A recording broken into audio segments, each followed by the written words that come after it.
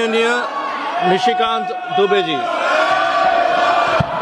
धन्यवाद अध्यक्ष महोदय। मैं सर्बानंद सोनवाल जी और तेजस्वी सूर्या जी द्वारा समर्थित राष्ट्रपति के अभिभाषण प्रस्ताव के समर्थन में खड़ा हुआ। सभापति महोदय, यहाँ किताब पर चर्चा चल रही है, एक किताब पर चर्चा चल रही है, वो किताब जो आज तक छपी ही नहीं। मैं आपके माध्यम से सदन को उस किताब के बारे में, उन किताबों के बारे में बताना चाहता हूं जो नेहरू परिवार, कांग्रेस परिवार के गद्दारी, मक्कारी, भ्रष्टाचार और अय्यासी से भरा पड़ा है, और वो सब छपी हुई किताब है सर। पहली किताब ये है एडवीना एंड नेहरू। भारत जो स्वतंत्र हुआ तो किस तरह से पाकिस्तान का बंटवारा हुआ और किस तरह से भारत के पहले प्रधानमंत्री अय्यासी कर रहे थे, इस किताब में मैं उसका जिक्र करना चाहता हूं, मैं उसको कोट करना चाहता हूं। दूसरी किताब है सर, जो मथाई साहब, जो नेहरू साहब के पीए हुआ करते थे, वो कह रहे हैं कि इंदिरा गांधी के साथ उनके व्यक्तिगत संबंध थे और उन्होंने भ्रष्टाचार के आरोप में जो है उनको हटाया। ये बोलने दिया जाए सर, और मैं उन किताबों का जिक्र कर रहा हूँ, मैं सारी किताबें लेकर आया हूँ जिन्होंने अय्यासी, मक्कारी और भ्रष्टाचार से पीड़ित इस कांग्रेस का हाल ये सारे देश को समझना चाहिए। ये किताब है सर, सारी सोनिया जी की किताब है ये सर। किस तरह से उन्होंने भ्रष्टाचार के आधार पर, किस तरह से भ्रष्टाचार के आधार पर इस सरकार को चलाया और 10 साल तक जो है किस तरह से करप्शन किया। ये इंदिरा जी का किताब है सर, ये इंदिरा जी का किताब है जिसने कि धीरेन्द्र ब्रह्मचारी के साथ किस तरह के संबंध थे और डिफेंस डीलर के क्या संबंध थे। ये जनरल थोरट की किताब है कि नेहरू ने चीन को कैसे दे दिया। ये नेहरू की किताब है कि किस तरह नयनतारा सागर से लेके एक गर्लफ्रेंड के साथ उनके संबंध रहे जो कि बैन कर दी है। ये इमरजेंसी की कहानी है सर, ये एक्सीडेंटल प्राइम मिनिस्टर संजय गारू की किताब है सर, ये इमरजेंसी रिटोल्ड की कहानी है सर, ये वो कहानी है जिसमें कि एंडरसन को बाहर भेज दिया राजीव गांधी ने। नमस्कार, मुझे आपको बताते अत्यंत हर्ष का अनुभव हो रहा है कि माननीय प्रधानमंत्री श्री नरेंद्र मोदी जी के सशक्त नेतृत्व में भारत और अमेरिका के बीच एक ऐतिहासिक व्यापार समझौता हुआ है। ये समझौता न केवल देश के लिए बल्कि हमारे प्रदेश राजस्थान के लिए भी असीमित संभावनाओं का द्वार खोलता है। अमेरिका ने भारतीय उत्पादों पर लगने वाले टैरिफ को 50% से घटाकर 18% कर दिया है। जब दुनिया की दो बड़ी अर्थव्यवस्थाएं और दुनिया का सबसे पुराना और सबसे बड़ा लोकतंत्र मिलकर काम करते हैं तो दोनों देशों के लोगों को लाभ होता है। यह समझौता इस बात का प्रमाण है कि माननीय मोदी जी का मेक इन इंडिया और आत्मनिर्भर भारत का विजन वैश्विक स्तर पर मान्यता पा रहा है। भारत ने पिछले 6 वर्षों में 9 ट्रेड डील किए हैं। ये इस बात का प्रमाण है कि पूरा विश्व अब भारत की क्षमता का लोहा मानता है और भारत के साथ जुड़ने के लिए ललायत है। ये उपलब्धि माननीय देश के यशस्वी प्रधानमंत्री श्री नरेंद्र मोदी जी के दूरदर्शी नेतृत्व का परिणाम है। राजस्थान की बात करें तो यह समझौता हमारे प्रदेश के लिए विशेष रूप से महत्वपूर्ण है। हमारा राजस्थान देश का अग्रणी निर्यातक राज्य है। वस्त्र उद्योग जो हमारे प्रदेश की रीढ़ है, इस समझौते से सबसे अधिक लाभान्वित होगा।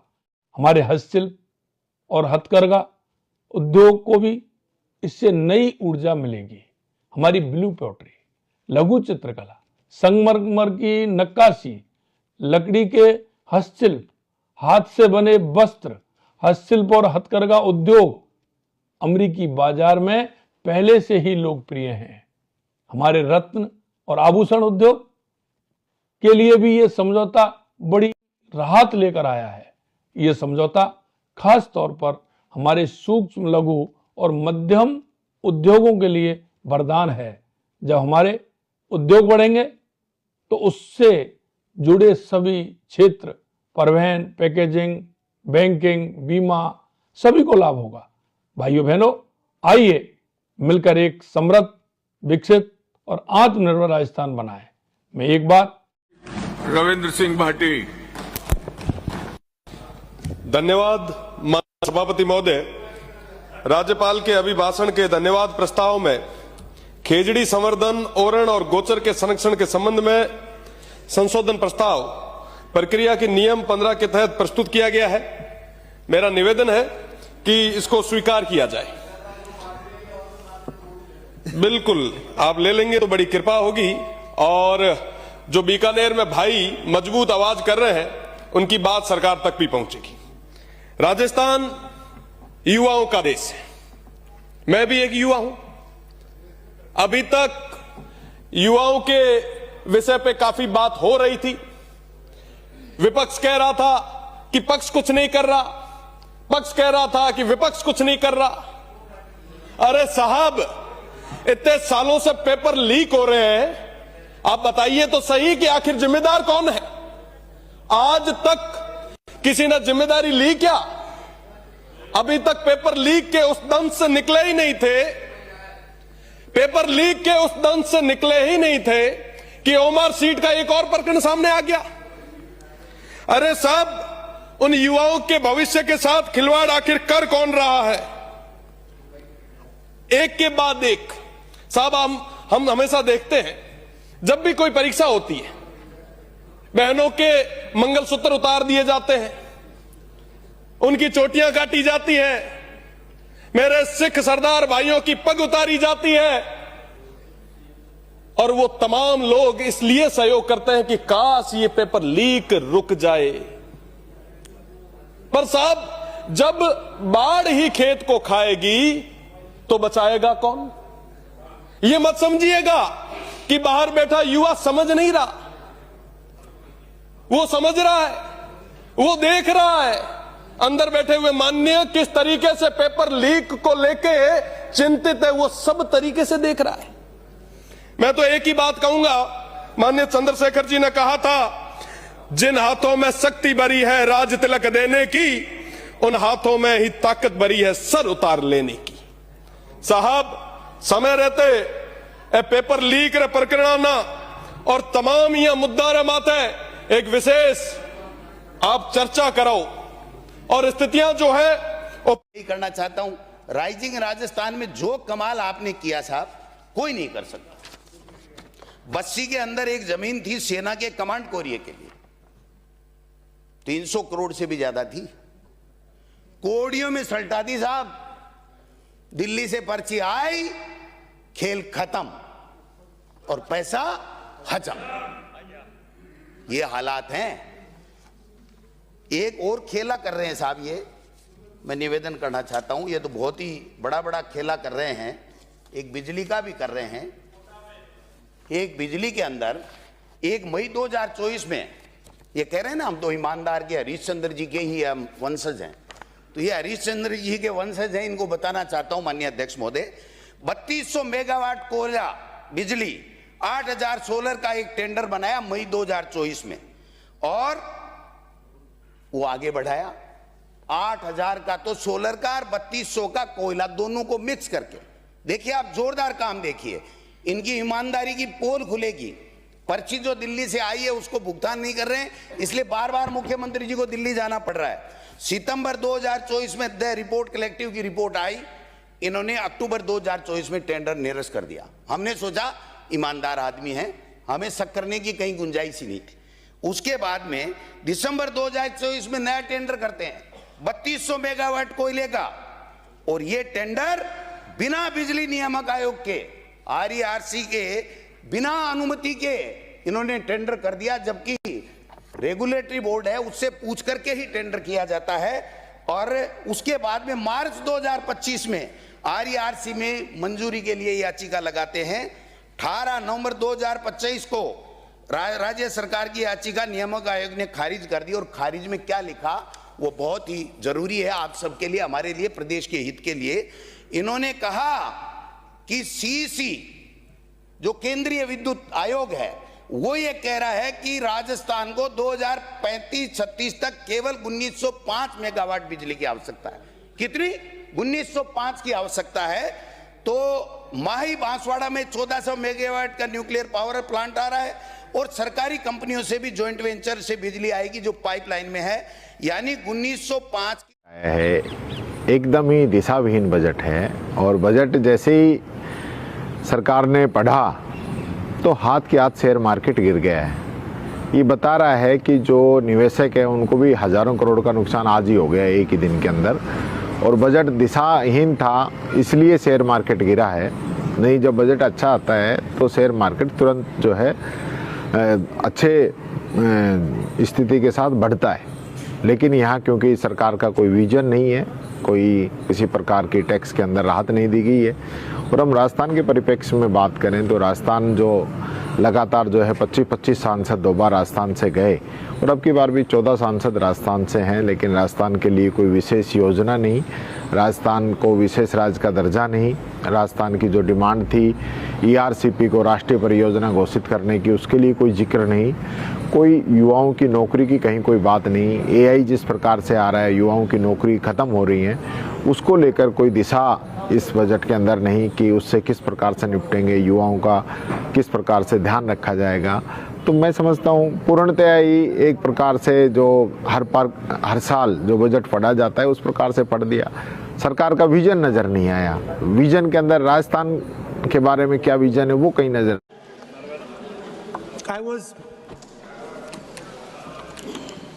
Thank you for letting me speak on the presidential address.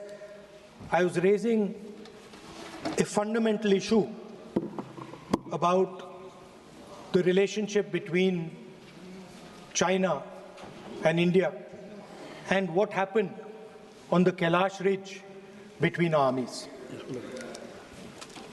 I'd like to go to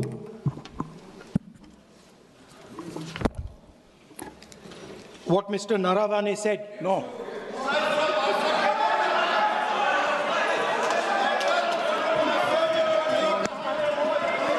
अब हम तो सोचे राहुल गांधी से थोड़ा सुधर गए होंगे, वो सुधरते नहीं है, सेम चीज भी रिपीट कर रहे हैं। ये तो रूलिंग हो चुके हैं। सदन को चलने दीजिए, कहने के लिए बहुत बातें हैं sir. It's a matter of national security. It's a matter of national security. Chinese forces were right in front of our forces. Chinese forces, our forces had taken Kailash Ridge, sir, in eastern Ladakh. Chinese forces. अध्यक्ष महोदय, मैं व्यवस्था चाहता हूँ कि ये जो बात जो नेता प्रतिपक्ष कह रहे हैं, यह इसकी जानकारी उनको कहाँ से प्राप्त हुई है, इसके आधार क्या है, मैं जानना चाहता हूँ।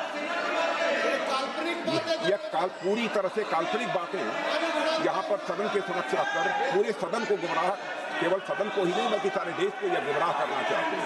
इसलिए मैं आपसे अनुरोध करूंगा कि इस विषय पर इन्हें बोलने से रोका जाए। गलत है, आप क्या बात करते हैं? Sir, Chinese forces were approaching Kailash Ridge. 4 tanks.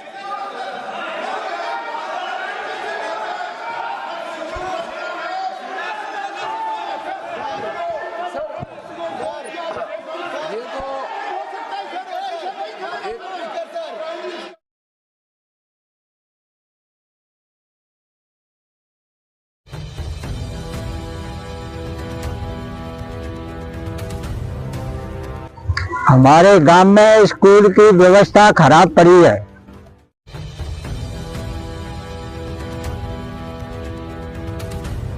जो समाज कल्याण विभाग अधिकारी साहब हैं, उनको पता होना चाहिए इस विद्यालय के बारे में और इस विद्यालय को भवन निर्माण करवाया जाए।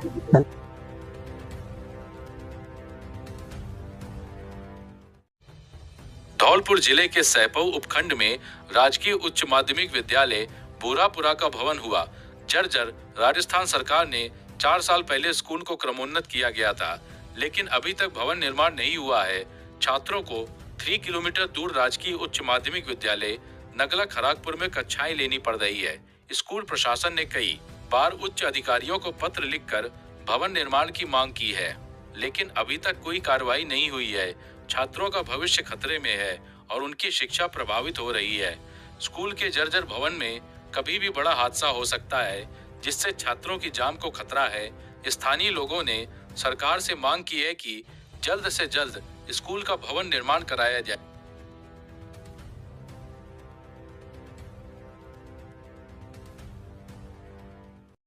हमारे गांव में स्कूल की व्यवस्था खराब पड़ी है। अधिकारी से हाथ जोड़े की प्रार्थना है कि हमारे स्कूल की सुनाई करें और कार्रवाई करें और सब निर्माण भवन बनाने का कार्यक्रम चालू करें। बच्चे परेशान हैं, बच्ची परेशान है। स्कूल 2 किलोमीटर दूर भागना पड़ता है, बच्चियों को परेशानी पड़ती है रास्ते में। आज हम स्कूल प्रांगण में आए हुए हैं कुछ समस्या लेकर के। तो हमारे गांव की विद्यालय करीब 3-4 वर्ष पूर्व क्रमोन्नत किया गया था, जिसमें आज तक ना तो कोई बिल्डिंग बनी है और ना ही कोई समस्या का हल हुआ है। गांव से बच्चियां और बच्चे विद्यालय में हवेली में लग रहा है 2-3 किलोमीटर दूर जाते हैं, जिसमें आने जाने में उनको बहुत समस्याएं होती हैं। तो हम सरकार से अनुरोध करते हैं कि हमारे गांव के विद्यालय के लिए बिल्डिंग भवन का निर्माण हेतु राशि दी जाए। व कुछ अध्यापकों की भी कमी है, स्टाफ बहुत कम है, स्टाफ भी लगाया जाए। विवेकानंद युवा मंडल अध्यक्ष सुखचरण लाल, पंचायत समिति सैपऊ, जिला धौलपुर, नेहरू केंद्र संगठन धौलपुर, युवा कार्यक्रम खेल मंत्री भारत सरकार। मैं शिक्षा ही जीवन है के आधार पर कहना चाहता हूँ, पढ़ी लिखी लड़की रोशनी घर की कथा शिक्षा ही जीवन है, इसके आधार पर मैं कहना चाहता हूँ कि इस विद्यालय का विकास कराया जाए तथा जो समाज कल्याण विभाग अधिकारी साहब हैं उनको पता होना चाहिए इस विद्यालय के बारे में और इस विद्यालय को। झालावाड़ की घटना के बाद हमारे स्कूल में जो भी सर्वे टीम आई, 2 बार सर्वे हो चुका है, उसमें कमरों को मतलब ये जर्जर अवस्था में घोषित किया जा चुका है। जो कमरे हैं वर्तमान में उनमें भी छतें टपकती हैं, जिससे सामान वगैरह की बच्चों को बैठने में दिक्कत आती है। और सरकार की झालावाड़ की घटना के बाद जो घटना हुई उसके बाद 4 कमरों को जमींदोज कर दिया गया। उन कमरों के जमींदोज करने के बाद यहाँ बैठने की व्यवस्था में दिक्कतें आई, इसलिए हमने परमिशन लेके पीओ स्कूल में बच्चों को स्थानांतरित करके बैठाया गया। उसके बाद यहाँ पे मंदिर की जमीन थी, कुछ गांव वालों के सहयोग से उनको गांव वालों ने स्कूल को दे दिया है और वो मंदिर की जमीन और कमरा जो फूट गए उनके बाद काफी जमीन विद्यालय में उपलब्ध है। मैं उच्च अधिकारियों से गुजारिश करना चाहता हूँ कि हमारे स्कूल में जैसे भी हो व्यवस्था की जाए। स्कूल स्टाफ की बेहद कमी है, जितने भी टीचर हैं हम एक निश्चित 3rd लेवल के टीचर हैं, वही सभी स्कूल का चला रहे हैं, इसलिए मैं विद्यालय स्टाफ के लिए भी सहमत। मैं आज पहुंचा हूं बजरंग स्नातकोत्तर महाविद्यालय रुदावल में, जहां पर जो स्किल सेंटर की ट्रेनिंग के लिए ECC, योगा और एनटीटी जो कोर्सेज हैं उनके लिए लोकेशन इनके जो महाविद्यालय है उसको यहाँ पर चुना गया है। तो मैं उनसे ही चर्चा कर लेता हूँ कि क्या पूरी प्रोसेस रहेगी, किस तरह से काफी लंबे समय से ये इस कार्य में संघर्ष कर रहे थे, तो इनका क्या कुछ कहना है। Direct management director Virendra Upadhyay मेरे साथ इस वक्त जुड़े हुए हैं, स्क्रीन पर आप देख पा रहे होंगे। उनसे हम चर्चा कर लेते हैं कि क्या कुछ रहने वाला है। सर, सबसे तो पहले तो आपको बहुत सारी बधाइयां कि आप क्षेत्र की जनता के लिए ये स्किल सेंटर लेकर आए। बहुत बहुत धन्यवाद पत्रकार जी। मैं वीरेंद्र उपाध्याय, प्रबंधक Bajrang PG college, Bajrang NDT college skill centre, ITI Shri Agrawal senior secondary school Rudawal. आप सभी सम्मानित क्षेत्रवासियों को सादर प्रणाम। आप सभी को बताते हुए बड़ी ही खुशी हो रही है कि आपके कस्बा रुदावल में हमारा बजरंग पीजी कॉलेज जो संचालित था, उसमें अब इंडिया स्किल ट्रेनिंग सेंटर के जो भी कोर्सेज हैं, जैसे NTT है, योगा है, ECC है, उनको अब संचालित किया जाएगा और अन्य संस्थानों से बहुत कम फीस में हम बच्चों को ये कोर्स करवाएंगे। सर, एक बार लोकेशन और बताइए, आपका ये महाविद्यालय वो कहाँ है, क्योंकि दूर दूर से लोग आएंगे इसमें। जी, हमारा Bajrang PG college Rudawal Rupbas road पे पानी की टंकी के बिल्कुल सामने है। नई बिल्डिंग बनकर तैयार हो गई है, वो भी रूपबास रोड पे थोड़ा आगे चल के ही है। सर, आपके और क्या क्या, मतलब एक तो पीजी कॉलेज चलता है आपका, है ना, और स्कूल भी है। देखो, हमारा सीनियर सेकेंडरी स्कूल है Shri Agrawal senior secondary school. उसमें गरीब और जो सक्षम नहीं है बच्चों, उनको कम फीस में शिक्षा उपलब्ध करवाई जा रही है। और बजरंग पीजी कॉलेज में BA कोर्स चलाया जा रहा है और शीघ्र ही 1 या 2 साल में MA कोर्स भी संचालित किए जाएंगे। बिल्कुल, बहुत बहुत धन्यवाद वीरेंद्र जी आपका। आपके लिए भी बहुत बहुत धन्यवाद। तो ये थे मेरे साथ वीरेंद्र उपाध्याय। इनका कहीं ना कहीं कहना है कि जिस तरह से जो योगा है, NTT है, ECC है, जो इस वक्त ट्रेंड में है, छात्राएं और जो भी महिलाएं हैं वो घर पर रहती हैं, तो घर पर रहते हुए भी यहाँ पर स्टडी कर सकती हैं। और जिस तरह से सर, मैं एक और बात कहूँ, बाल वाटिकाएं संचालित होनी हैं, पूरे प्रदेश में खोली जानी है, तो उसके लिए तो ECC और जो NTT के जो कोर्स है वो उनका विशेष महत्व रहने वाला है इस बार। जी, देखो, जो नई शिक्षा नीति 2020 है, उसके तहत ये कोर्स बहुत ही फायदेमंद होने वाले हैं। NTT, ECC, योगा और भी अन्य स्किल डेवलपमेंट और वोकेशनल कोर्सेज हैं, वो भी कराए जाएंगे हमारे द्वारा। तो ये सभी आगे चल के बहुत ही फायदेमंद होने वाले हैं।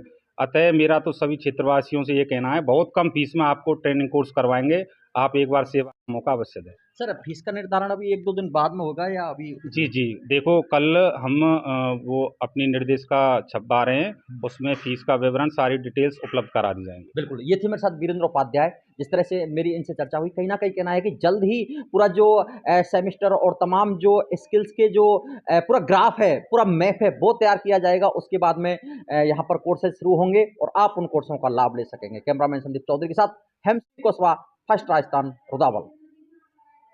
AICC में जनरल सेक्रेटरी ऑर्गेनाइजेशन वेणुगोपाल जी ने जिन 6 स्टेट में संगठन सर्जन के तहत जिलाध्यक्ष बने हैं, वहाँ संगठनात्मक स्थिति के ऊपर चर्चा करने के लिए बैठक बुलाई थी। वहाँ पर जो चर्चा हुई उसमें राजस्थान का संगठन अच्छे तरीके से बना है, उन्होंने खुशी जाहिर की। और अभी जो जिलाध्यक्ष बने हैं, ये जो जिला कांग्रेस कमेटी की कार्यकारिणी है, सबकी दोबारा बनेगी, पुनर्गठित होगी, या जो नए जिले बने हैं उनकी नई जिला कांग्रेस कमेटी की कार्यकारिणी बनेगी। तो हमसे समय पूछा था, हमने कहा था हम 15 दिन के अंदर सभी जिला कांग्रेस कमेटियों की कार्यकारिणी बना देंगे। तो हम 15 जनवरी से पहले सभी जिला कांग्रेस कमेटियों 49-50 में से एक का अभी जिला कांग्रेस कमेटी के अध्यक्ष का फैसला होना बाकी है, पार्टी हाईकमान के पास में पेंडिंग है, तो बनाएंगे। हमें पूछा कि आगे के 3 महीने का क्या रोड मैप है, तो हमने बताया कि साहब अभी विधानसभा भी चल रही है और मार्च और अप्रैल में देरी से ही सही, लेकिन अब चुनाव करवाना पड़ रहा है, मजबूरी है इनकी, क्योंकि सुप्रीम कोर्ट ने ये कह दिया कि पंचायत चुनाव और नगर निकाय चुनाव अगर आप 15 अप्रैल तक नहीं कराते हो तो कंटेम्प्ट ऑफ कोर्ट लगेगा, आपको कराना ही पड़ेगा। और राज्य सरकार ने, चूँकि पंचायत राज के अंदर 3000 करोड़ रुपये हमारे लैप्स होने जा रहे हैं, 31 मार्च को लैप्स हो जाएंगे, तो ये भी सरकार के लिए दिक्कत वाली बात होगी, क्योंकि इन्होंने पहले 1 स्टेट 1 इलेक्शन का राग अल्पाते हुए इन्होंने दिमाग ही नहीं लड़ाया कि संवैधानिक व्यवस्था है, वित्त आयोग आपको पैसा नहीं देगा, भारत सरकार किसी भी रूप में इंटरवेन करके आपको पैसा नहीं दिला सकती है, स्टेट का नुकसान हो जाएगा, ग्रामीण विकास ठप हो जाएगा, वैसे भी ठप पड़ा है। तो मैं समझता हूँ कि इनको चुनाव कराने पड़ेंगे, तो ये मार्च और अप्रैल में हम चुनाव कराएंगे।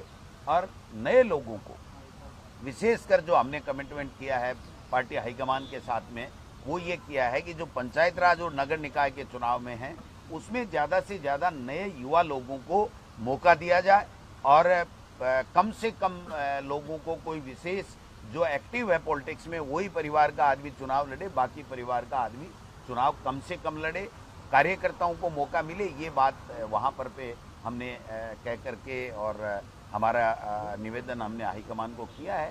तो उन्होंने पूरे संगठनात्मक और जो राजस्थान की विधानसभा के अंदर जो परफॉर्मेंस पिछले समय में 2 साल से रही है उसके लिए भी ऐसा कोई धर्म नहीं है और ऐसा कोई समाज नहीं रहा, उस समाज का व्यक्ति इस बात में नहीं है। सभी संगठन के लोगों को, सभी धर्म के लोगों को, सब समाज के लोगों को इस बात में आने का मौका दिया और सबने मिलकर इस बात को दिया, ना कि नहीं। और मैं आज इस बात के कार्यक्रम में अखिल भारतीय किन्नर सम्मेलन का आज 22 तारीख से लेकर 31 तारीख भात का दिन है और उस भात में सर्व समाज के लोगों को, बांदीकुई की जनता को, चाहे वो किसी भी समाज से हो, किसी भी धर्म से हो, किसी भी पार्टी से हो, सबने इसमें आज अपना योगदान दिया। उसके लिए मैं बांदीकुई की पूरी जनता को धन्यवाद देना चाहूँगा। साथ ही मीडिया के जो, चाहे इलेक्ट्रॉनिक मीडिया हो, चाहे प्रिंट मीडिया हो, चाहे यूट्यूब चैनल हो, सबने इस कार्यक्रम में जिस दिन से ये चालू हुआ है उस दिन से इस कार्यक्रम को देश ही नहीं, मुझे तो लगता है कि विदेश तक भी इसकी पहचान बनाई। मैं मीडिया के भाइयों को भी धन्यवाद देना चाहूँगा और बांदीकुई की जनता को धन्यवाद देना चाहूँगा। और मैं अपने आप को खुशकिस्मत वाला समझ रहा हूँ कि ये कार्यक्रम जब मैं विधायक बना और मेरे कार्यकाल में हुआ और मुझे इस कार्यक्रम में आने का अवसर मिला और सर्व समाज, सर्व धर्म के साथ हाथ भरने का अवसर सहज ही सरल काम नहीं है।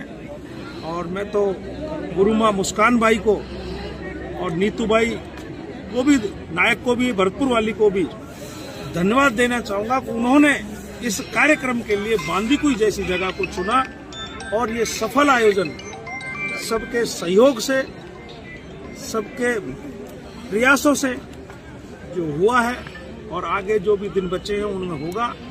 आज भात का कार्यक्रम है, कल गंगा जली का कार्यक्रम है और उसके बाद इनके जो भी समाज के जो रीति रिवाज हैं उनके हिसाब से जो सम्मेलन के कार्यक्रम होंगे वो नीत उन कामों को अच्छे से हो, ऐसी मैं प्रभु से कामना करता हूँ। किसी भी तरह का कोई व्यवधान नहीं हो और बांदीकुई की जनता ने आज जो ऐतिहासिक काम किया है उसके लिए पूरे बांदीकुई के सर्व समाज को, चाहे पुरुष हो, महिला हो, बच्चे हो, बुजुर्ग हो, उन्होंने इस कार्यक्रम में जो 4 चांद लगाए हैं उसके लिए मैं एक बार पुनः बांदीकुई की जनता को और पत्रकार बंधुओं को 77वां गणतंत्र दिवस बड़ी धूमधाम के साथ मनाया जा रहा है। मैं भरतपुर जिले से करीब 40 किलोमीटर दूर गांव बीरमपुरा ग्राम पंचायत के राजकीय उच्च माध्यमिक विद्यालय में इस वक्त मौजूद हूं। यहां पर तमाम तरह के कल्चरल प्रोग्राम ऑर्गेनाइज किए गए हैं। प्रिंसिपल सुरेश सर मेरे साथ मौजूद हैं, सरपंच राजेंद्र धाकड़ मेरे साथ मौजूद है। मैं उनसे जानूंगा कि किस तरह बच्चों के कार्यक्रम रहे और क्या उनकी तरफ से अनुमोदन रहा। सर, सबसे पहले तो स्वागत है आपका फर्स्ट राजस्थान में। धन्यवाद सर। सर, किस तरह के कार्यक्रम रहे? कार्यक्रम हमारे सांस्कृतिक थे और बच्चों की रुचि के अनुसार हमने कार्यक्रम रखे थे और वैसा एक भी गाना हमने सेलेक्ट नहीं किया था। काफ़ी मेहनत हमें करनी पड़ी। बच्चे कह भी रहे थे कि रसिया रखें, वो रखें, कि नहीं हम ऐसा गाना नहीं लेंगे और एक देशभक्ति को प्रेरित करने वाले ही गाने हमने रखे थे। अभी मीटिंग का आयोजन होगा, किस तरह, उसमें भी क्या रहेगा? अभी SDMC की बैठक का आयोजन होना है जिसमें कुछ महत्वपूर्ण निर्णय लिए जाने हैं और अभी 2-3 हमारे काम हैं जो पेंडिंग चल रहे हैं, उन पे हम बात करेंगे। सबसे सहमति होने के बाद ही उनको आगे लेंगे। आज विद्यालय के एक कमरे का भी लोकार्पण हुआ है जो सरपंच राजेंद्र धाकड़ है उनके द्वारा बनवाया गया था, उसके लिए क्या कहना चाहिए? कमरे का जो गुणवत्ता है वो बहुत ही अच्छी है। हमारी आंखों के सामने बना है, हमने भी काफ़ी देखा है। बढ़िया सामग्री उसमें लगाई गई है और समय पे काम पूरा किया गया है। काफ़ी मेहनत सरपंच साहब ने इसमें की है। सरपंच साहब खुद मेरे साथ यहाँ पर मौजूद हैं। सरपंच साहब, पहले तो बहुत बहुत शुभकामनाएं। जिस तरह से आपने विद्यालय के लिए जो आज कमरे का लोकार्पण किया है, क्या कुछ कहना चाहेंगे इस खास मौके पर आप? मैं कहना चाहूँगा कि हमारे विद्यालय में पहले साइंस नहीं थी, तो साइंस आने पर यहाँ पे आप सभी को पता है कि जब साइंस फैकल्टी जब आ गई है तो कमरा को, मतलब कमरों की भी ज़रूरत होती है। तो एक कमरा तो हमने MLA से बनवाया था पहले और दूसरा बनवाया ये जिला परिषद से। इससे क्या है कि हमारे बच्चे अपने रूम में बैठ सकें खूब आराम से। सर एक मांग और आई थी आज बच्चों की एग्रीकल्चर की, उस पर भी आपने कमेंटमेंट किया है। जो एग्रीकल्चर की तो क्या मुझसे मिलते रहते हैं बच्चे, कि उनको पता है, विश्वास है कि जब पहले सरपंच साहब जब साइंस नहीं थी तो साइंस लेके आ सकते हैं, तो ये एग्रीकल्चर को भी ला सकते हैं।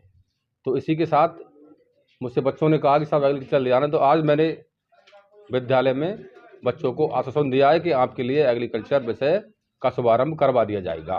बिल्कुल सर, पूरा हिंदुस्तान आज 77वां गणतंत्र दिवस बड़ी धूमधाम के साथ मनाया जा रहा है। इस पावन मौके पर आप अपने क्षेत्रवासियों से क्या कुछ कहना चाहेंगे? मैं कहना चाहूँगा कि सभी मेरे क्षेत्रवासी, सभी ग्राम पंचायत वासी, सभी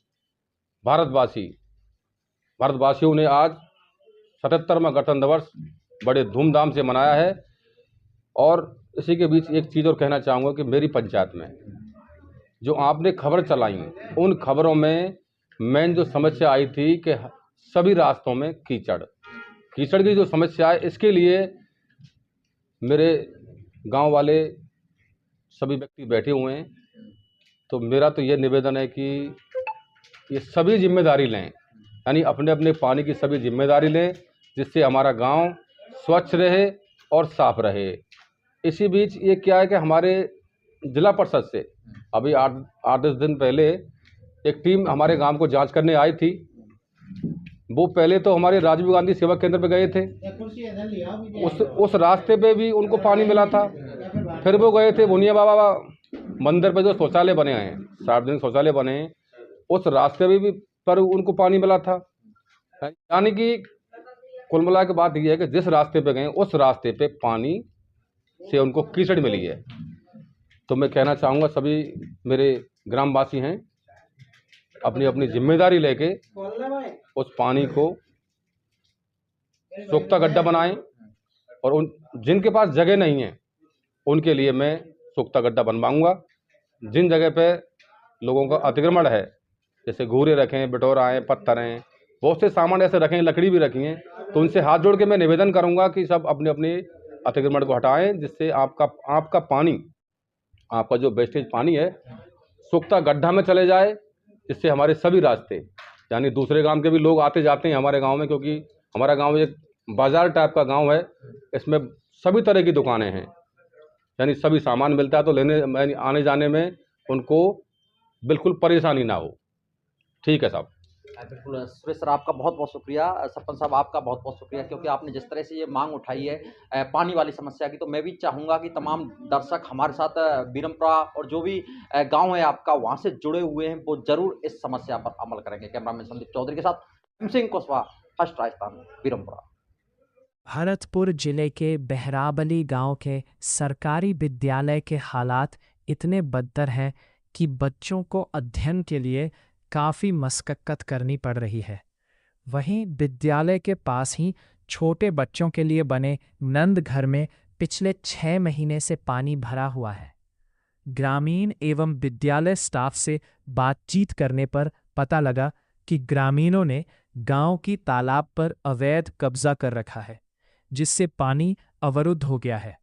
वहीं पानी नंद घर में भर जाता है, जिससे बच्चों की पढ़ाई बाधित हो रही है एवं सरकार द्वारा बनाए गए नंद घर का सदुपयोग भी नहीं हो पा रहा है।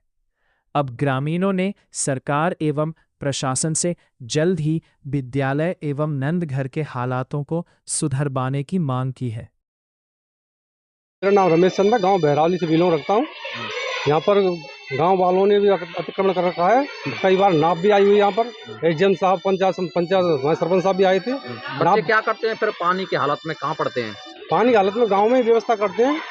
जैसे कि हमारे रूम, कई कमरे खाली रहते हैं, हमारे कई रहने का मकान है वो भी खाली रहता है। कब से भरा हुआ है पानी? पानी ये पोखर है, गाँव से नाली नकुलों का आता है। ये पानी का निकास नहीं है कहीं के लिए, विद्यालय में जमा हो जाता है पानी, और इसमें गंदा पानी, कीचड़ वगैरह सब। कितनी दूर से जाकर अतिक्रमण कर रखा? कितने जगह में अतिक्रमण है पोखर? ये पहले पोखर नाप कराई थी, नाप करके चली गई। और एसडीएम साहब को शासन प्रशासन को अवगत कराना चाहता हूँ कि जब से ये विद्यालय संचालित हुआ है, तब से इस विद्यालय में दोनों गांव के दोनों साइड का पानी इसी गांव में इसी विद्यालय में जमा होता है। पोखर है, साइड में पोखर है, पोखर भी अतिक्रमित है, 60% पोखर अतिक्रमित हो रखी है और दूसरी साइड से भी गांव का पानी, जैसा कि आप नाली में देख रहे हैं, बदस्तूर चलता रहता है। बरसाती दिनों में 3 से 4 महीने बच्चों को अस्थायी रूप से पढ़ाने के लिए बिठाया जाता है। ना तो शिक्षा सुचारू रूप से चल पाती है, ना ही कोई खेल गतिविधि हो पाती है। वर्तमान में देखा जाए तो ये हमारे लिए जो जमीन दी थी, जाटव भाइयों ने पढ़ने के लिए दान की थी। साइडों में से यहाँ पे चारों जगह से क्या है, अतिक्रमण हो रखा है और साइड में पोखर। सर, हमारे गांव के स्कूल की हालत बहुत ख़राब है। इसमें कोई सुनवाई होती नहीं है। कई बार तो इसमें पैमास भी हो गई है। क्या वजह है इतना पानी भरने की? इसमें गांव वाले सुनवाई नहीं करते हैं और ना ही प्रशासन करता है। क्या अतिक्रमण कर रखा है लोगों ने?